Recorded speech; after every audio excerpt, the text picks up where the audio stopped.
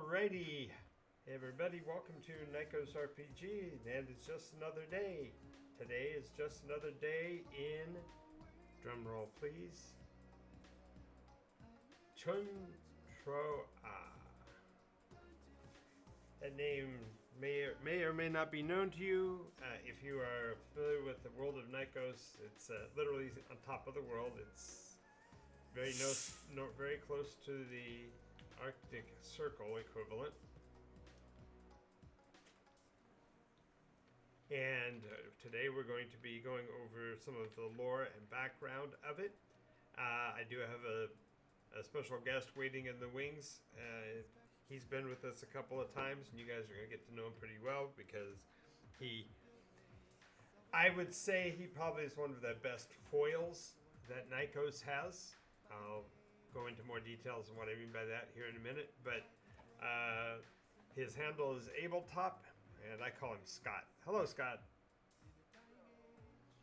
Alrighty, so we are on. I did not put up a visual representation of you, unfortunately, Scott, so you are going to be a disembodied voice for the time period, if that's okay.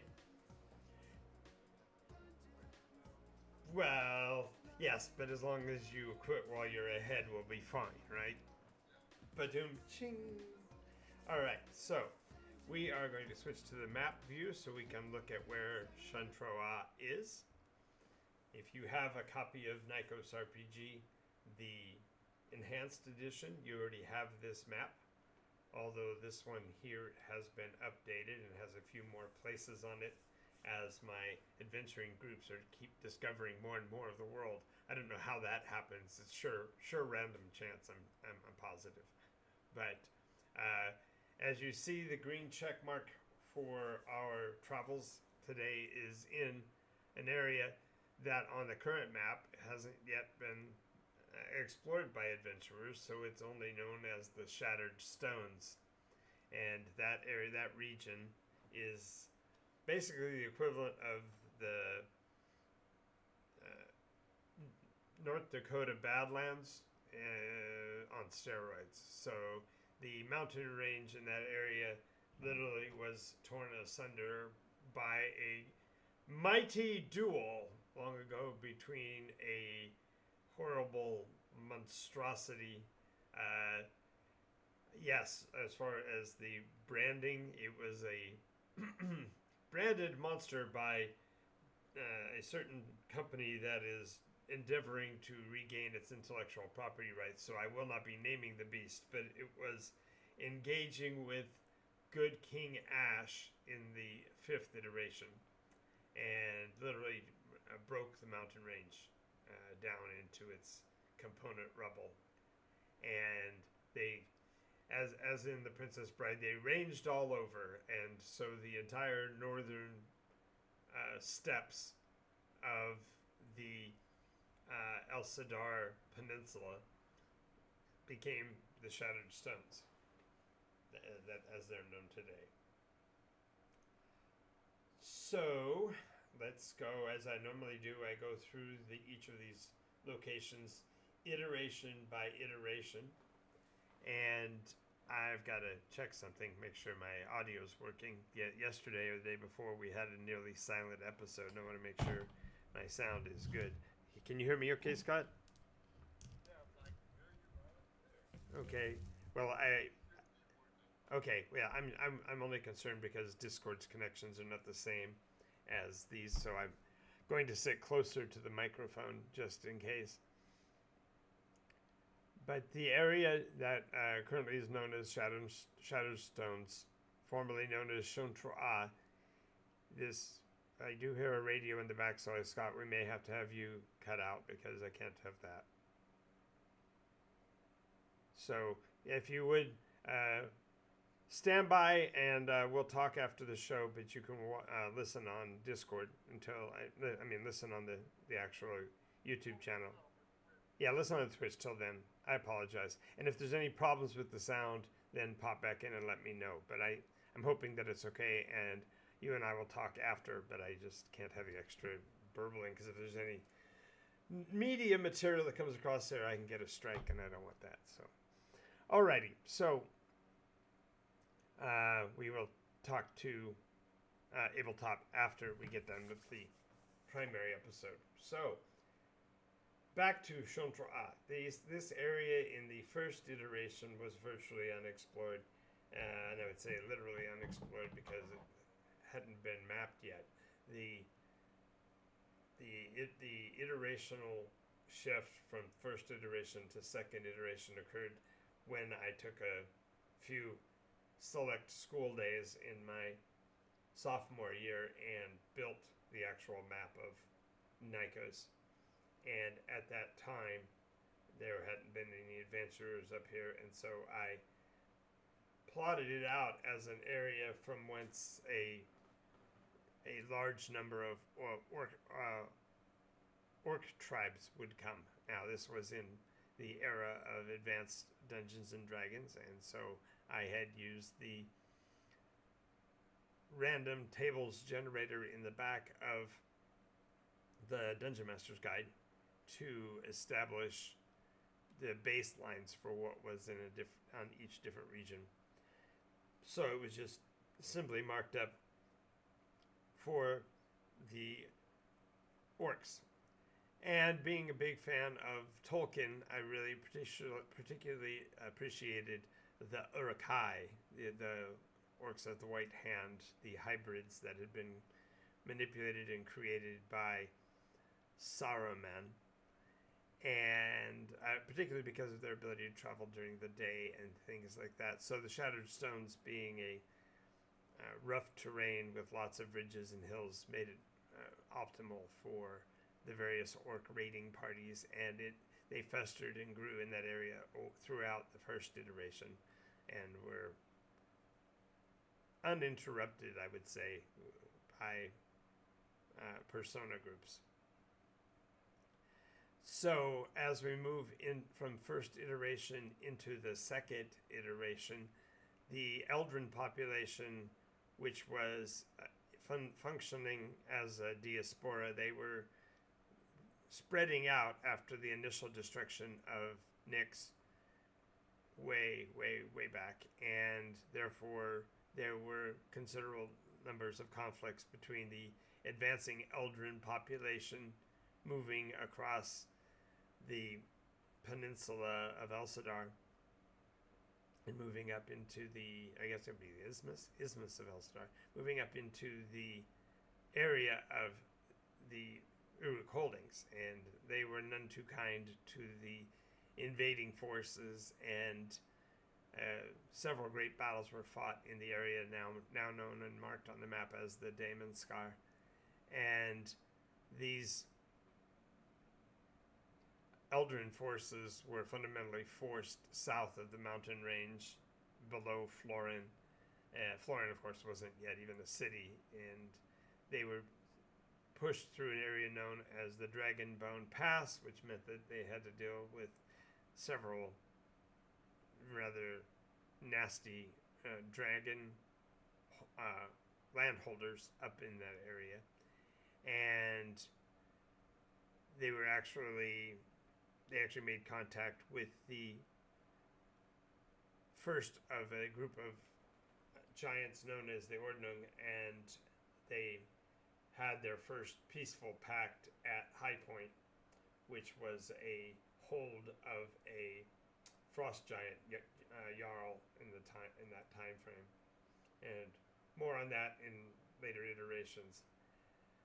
But it was also the bouncing off point, or the launching point, of a new invader into the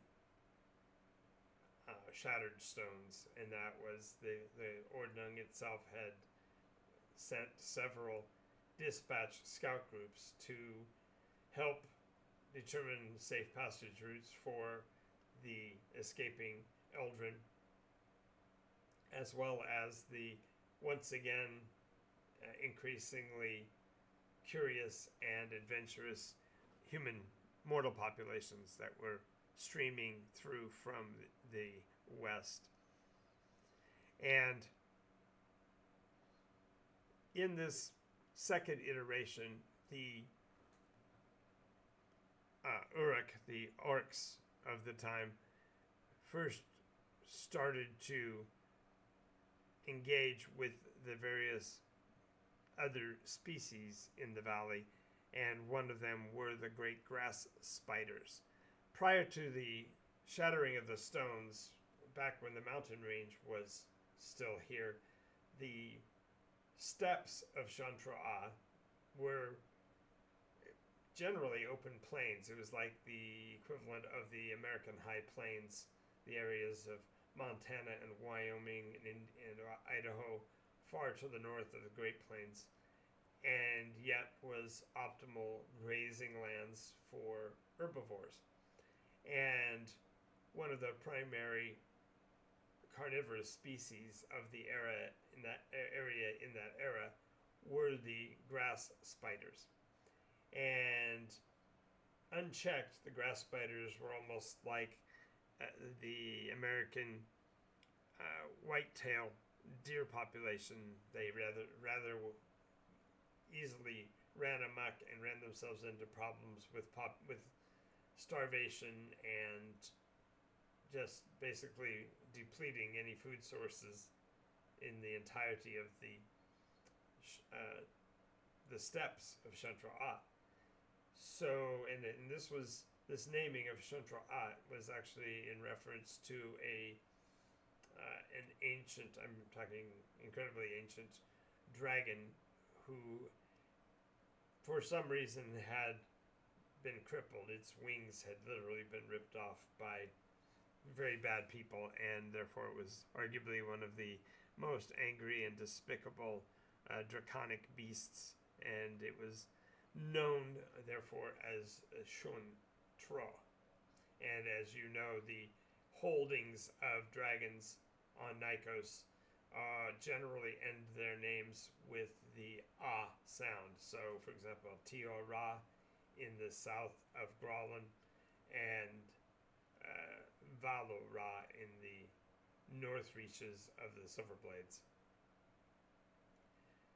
So Chantra was of that same category, but because the dragon was not flying, he lost the R. So it would have been Chantra Ra had it been a dragon who could fly. But since he no longer had the capacity to return to his home, the bitterness had really made it a rough existence. And so the only thing that would placate Shun was to basically drive the spiders to him, and that way he would not have to range very far to gain his meals, and he would just basically survive by eating the husks of these starving grass spiders. Well, it was not a peaceful or easy relationship, and eventually Chun was reached by a group of enjoined, including one of their very first of the time, relatively rare half-orcs. And that was the now legendary cleric of death, whose name was Bront Osiris. I know, I was a young and foolish child when I came up with these names. Don't shoot me. But Bront Osiris was a Irish-trained clergyman. Actually, he was a portrayer of the truth of the Black Book of Adam, if it happens to be known. Although back then it was simply known as the Holly Bible, and that was because the person who was playing that character was playing them as if they had been enfeebled by magics and therefore couldn't read the words properly. And so the Holly Bible was the document that Bront Osiris literally brought to Shun Tra and basically was instrumental in creating the first converted wave, if you will, of the orcs of the Chun. And the tribe, therefore, was recognized in that second syllable, because otherwise it would have been Chun-ah, but because it was the tribe of the dragon. They were the Chuntra.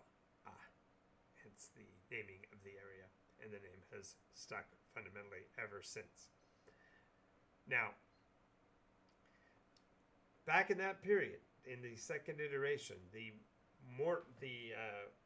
half-orc priest was dedicated to the concept of spreading his faith, much as the early mid-era Christian regimes, the Holy Roman Empire and such, and therefore their first act of business was to try to become more civil and more restrained, and so they endeavored as a species to begin to breed the grass spiders and thereby control their population. So they domesticated them and began to use them not only as steeds but as beasts of burden and such. And so you have to realize that as a youngster I had a bit of an affinity for the very concepts of studying bugs and spiders and arthropods, and it was deep, but the forces of the Chun really didn't travel very far out of the territories, and there were even fearful messages of how the giants were protecting the passes into the out of the Damascar into the southern kingdoms.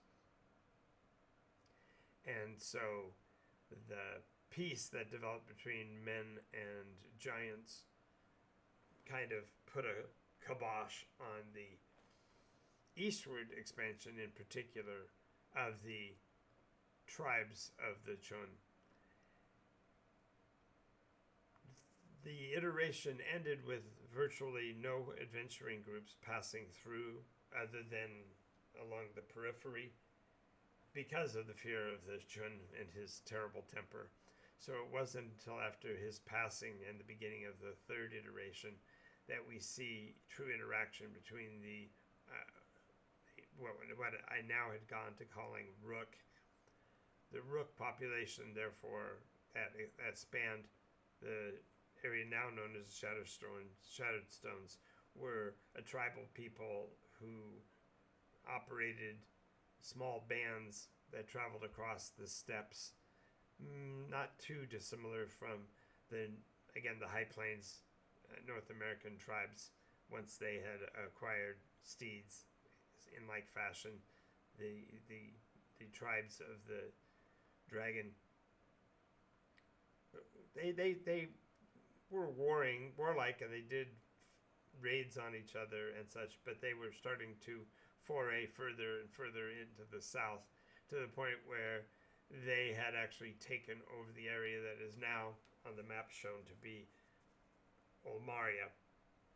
And although there were human populations scattered about, they also were of a tribal nature, and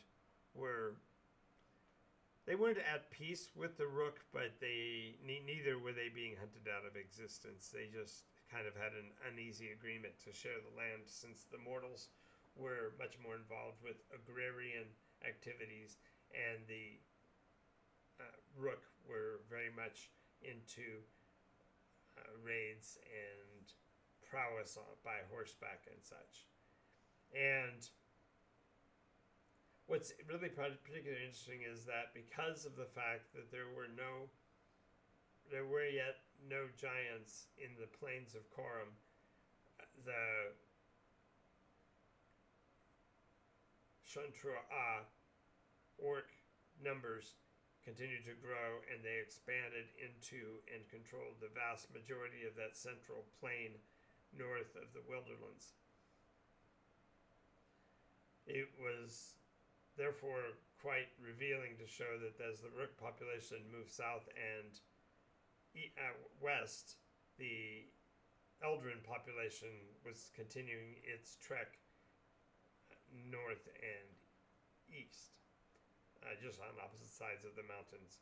And I think one of the things that may have played into that historically was the relationship between India and Pakistan in the years leading up to that near civil war and the breaking of that country. The very concepts of those armies of pilgrims passing by each other, virtually dozens of miles or even less apart at certain places, and yes, there were certain border skirmishes and such that did occur during that period, but there was no overt war between elves and the rooks. But the third iteration, again, throughout the second iteration and into the third iteration, there had been very little exploration into the steppes, the North Country. As a matter of fact, it wasn't until the Northern Kingdom, which at that time was Florin, which is also now known as the Central Kingdom or Middle Kingdom. Florin's forces were the first ones to foray north into the Rook-held territory, and they brought with them levels of technology, as they had already begun to deal with the traders from the contact made by Afrit de Jannah. And so it was the very first of the technological advancements that would later lead to many of the problems of that iteration. Now, there were a considerably increased number of players, therefore, that were playing Rook, Spider Riders, and such in my adventures because it was exotic and cool to do so. But most of them were as proud and simple as you might expect and didn't do much in terms of forwarding a story that would drag the players back into the steppes. And inclement weather, the cold, dry climate, uninteresting for miles and miles, was not particularly appealing to the players. So throughout the third iteration, again, there were interesting tales and stories of the conflicts, and one or two times there might have been adventurers that went exploring to try to find, say, the lost kingdoms of the giants and that kind of thing. But there wasn't really much in terms of pursuit into the area. So at last we come to the ending of the third iteration and beginning of the fourth, and the era of the Dogs of War. And really, it was the Rook population that took the brunt of the burden of the curse that was placed on the world during that iteration. The full details of it I've talked about from time to time, and I will again when I do an expose on the Dogs of War, when I start doing highlights of the adventure games group throughout the iterations. But this was shortly before, well, this was a full iteration before the good King Ash came to his throne, and the leadership of the Middle Kingdoms had spread out to the point where Neo Moria to the south and Burgulcut to the north had interlinked to make the Middle Kingdoms incredibly strong. They fundamentally controlled industrial level trade, and because of their proximity, also for the most part dominated the trades across the Twain Sea. Now, most of that trade was still coasters only, as there were no. This was the first iteration where there were no stars, which tells you something from the fourth iteration to the present. There had been no stars in the sky, and so much more comes out of that iterational story. But the focus of the Middle Kingdoms that had been set against the Rook in that era would have caused there to be a major planetary war almost, as the civilized southern kingdoms, with their technological advantage, started marching into the steppes of Shantra. The dragon had been dead so long that there was no longer any threat. As a matter of fact, it was in this iteration that the last of the dragons were that were still on the surface were eliminated by the dogs of war and their associates. But that story will be left for another time as well. But it was in this period, therefore, that the Rook of Shantra began to be concerned with their safety and started looking for alternatives, and their pressing further west was stopped at the edge of the Sea of Sand by a warlord who at the time was only known as Sargon. And just like any other myth and legend, I could tell you we could follow that for a long, long time, but we're going to leave the story at that point because the conflict was turned against the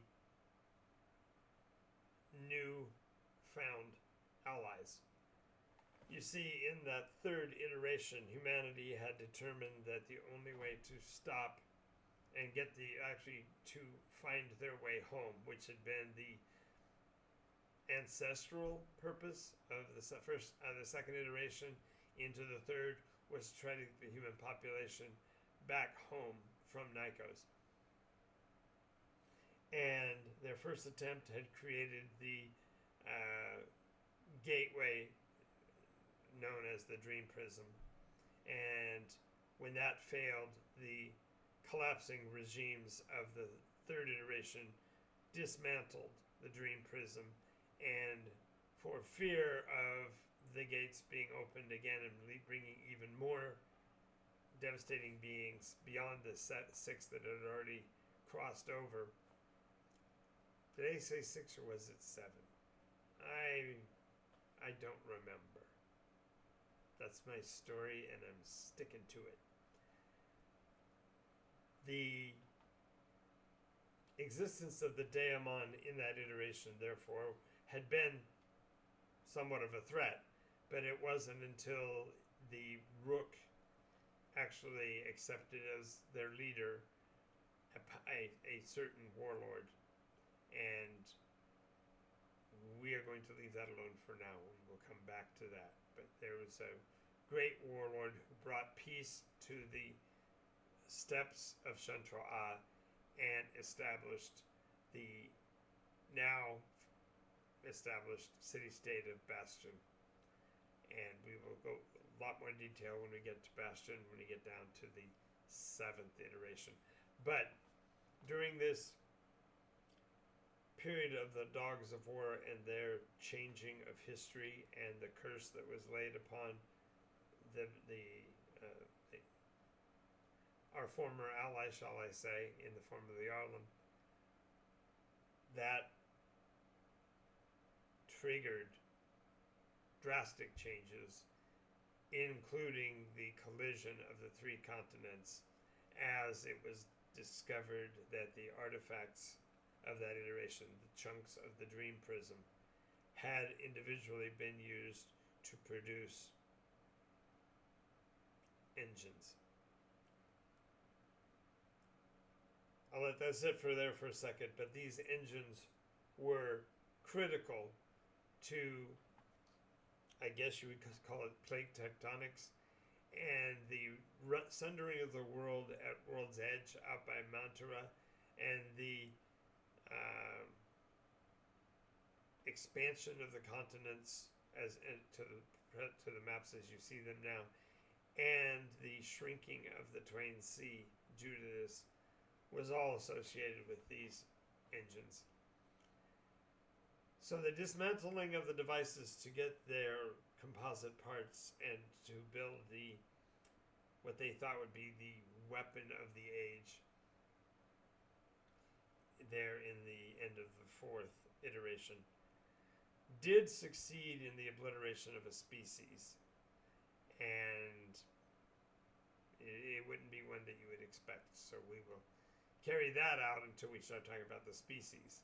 You see, that's the challenge with 50 years of mysteries. I can't just reveal all of them at once. It'd be too much of a challenge for everybody if I did that. So we'll leave that alone. So as we move from the 4th iteration to the 5th iteration, the era of what was later known as the era of selfishness occurred, and the adventuring groups sought not to pursue the purpose. As a matter of fact, they sought to undermine the elements of the purpose to the extent that they could, and a great number of mortal organizations came into being that survived for iteration upon iteration thereafter.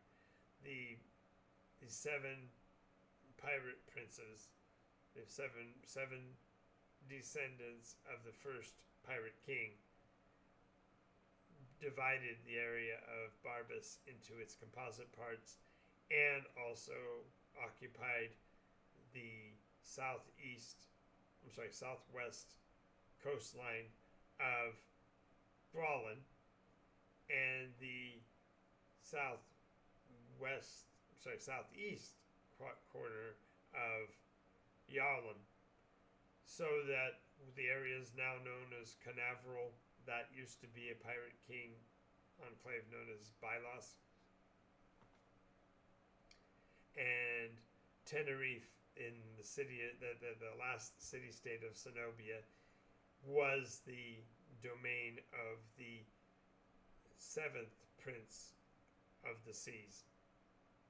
And we'll talk later about Zenobia and their relationship with the rest of the 7 princes at a later point as well. Man, I'm piling up stories. I guess I'll have to keep my channel going for 100 years. Yeah, no worries. So if you haven't yet, make sure you follow this channel and subscribe if you can to this channel, and also check out our YouTube over at NycosRPG for 700 plus videos there. And we greatly appreciate you also taking a gander at our Patreon account at patreon.com/Nykos. Okay, done my due diligence. All right.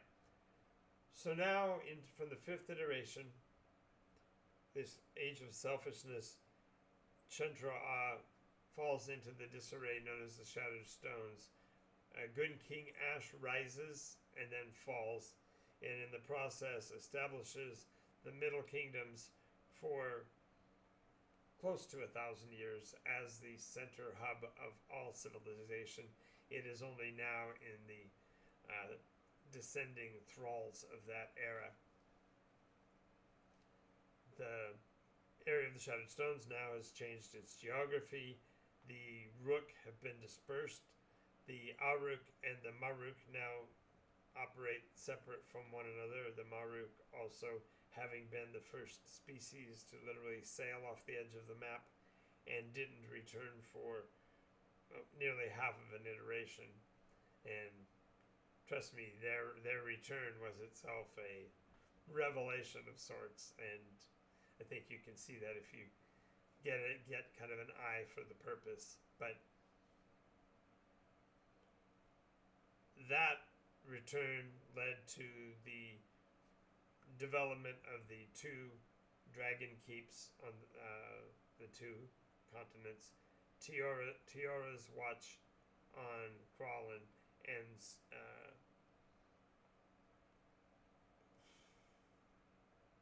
Cywin's Calling in the south. I had to think because Cywin was, as it turned out, not a white, was not a silver dragon as most expected her to be, and instead was a evil white dragon who helped to sunder the city of, gosh, why am I blanking on city names?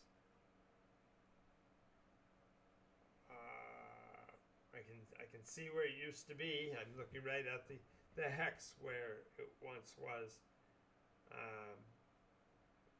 but they destroyed that location at Haven, and the dragons basically ran roughshod until the 6th iteration.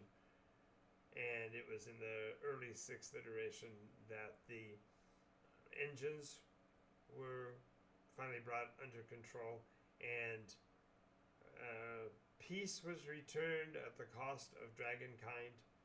Dragons had been driven off of the planet and were unable to return due to, let's just say, the activities of the engines. It was an era of blue skies for a period of time, and yes, there were stars, but later it was discovered those stars that were seen were actually craft, but that's another part of another story, because I'm not doing an iterational breakdown. But the area of Chuntra had finally come to its own, because it was known that the landing of humans in that 6th iteration had been, of all times, a peaceful one. So the storybooks tell us. With the beginning of the 7th iteration, the Aruk had almost once again fallen off the map. They had withdrawn. A early member of that iteration, one of the enjoined, had actually taken possession of a very cursed item and released it with the vengeance upon all arachnid, all spider kind on the planet. So any arthropod that was actually a spider was pretty much hunted down and eliminated early in that 7th iteration. And without their spiders, the Aruk were devastated. They didn't have any way to continue their trade routes. The Ordnung had moved considerable numbers of giants from the southern reaches further inland and into the heights and into the inclement weather of the north, because the mortals were taking over the choicest locations, and even the old post at High Point was surrendered to the human kings in the time period of Adamarcus and the brilliance of that 5th gem in the Middle Kingdoms. But that, again, is another story for another time. But this was the emergence of the beginnings of the new changes that are occurring in the world even now, as with the 7th iterations sputtering to an end with the Revening, the world was plunged into darkness once again. And that darkness spread to the point where sometime in the middle of the 7th iteration, it was discovered that it really was an iteration again, even though most of the population of the planet insisted on it not being so, since otherwise they might have gotten promises from their ancestors. But alas, the very act of the Revening had precluded that. So much more to that story too. I am writing books here, I can tell you. Finally, as we move into the 8th iteration, the Shattered Stones, once again for an entire iteration, were not really discovered. There was a foray as far as Bastion, wherein the champions of the 7th iteration made their final stand, and the establishment of the priory of the broadcaster in Concordia. Those were kind of like the two primary major steps in and around the Shattered Stones during that iteration by the enjoined. But there is roughly 6,000, 7,000 years of untouched history laying in the Shattered Stones to be discovered. And Perhaps many of them tie to the other legends of the past because there were groups that did travel here, but the destruction that was the Revening pretty much put most of those books out of mind, and the knowledge of them has fundamentally been lost to time. I suppose if someone wished to make a passage to oblivion, there's probably a lot there that could clear up the questions of the Shattered Stones, but that in itself would be a dangerous proposition.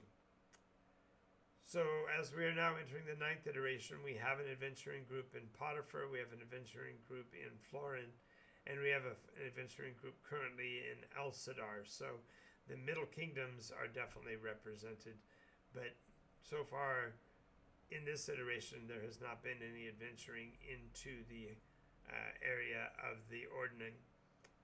Now, I do have to admit there was a particular group that did pass through the area of the Ordning while it was not under anyone's control, and that was during the short-lived reign of the Torg Lord Cord of Cord. But again, not to continue to flay the poor equine, that is a story for another time. Well, I've covered everything that I wanted to cover. Scott, if you are still listening on the show, want to hop back in, I'm going to be ending this in a moment. Thank you, everyone, for watching and listening in. I hope that this day in the area known as Chantra has given you an idea of what's going on in the world, at least in its proximity. Do make sure you listen in to the Tuesday evening broadcast, as that is our Nykos nightly news, and we fill in the details on everything that the various campaigns are involved with. If you want to be a part of our games group, join us at patreon.com/Nykos to join our Saturday or Sunday online groups. And if you have the opportunity and are in Southern California, why not stop by Board Game Paradise on the 3 days that we run games there. We are there on Monday nights and Tuesday nights from 6 p.m. till 10 p.m. and also on Saturday afternoons from 2 until 6. Alrighty, until next time, I'm Jonathan Albin. This has been NycosRPG. Just another day in Trentroa. We will talk to you next time.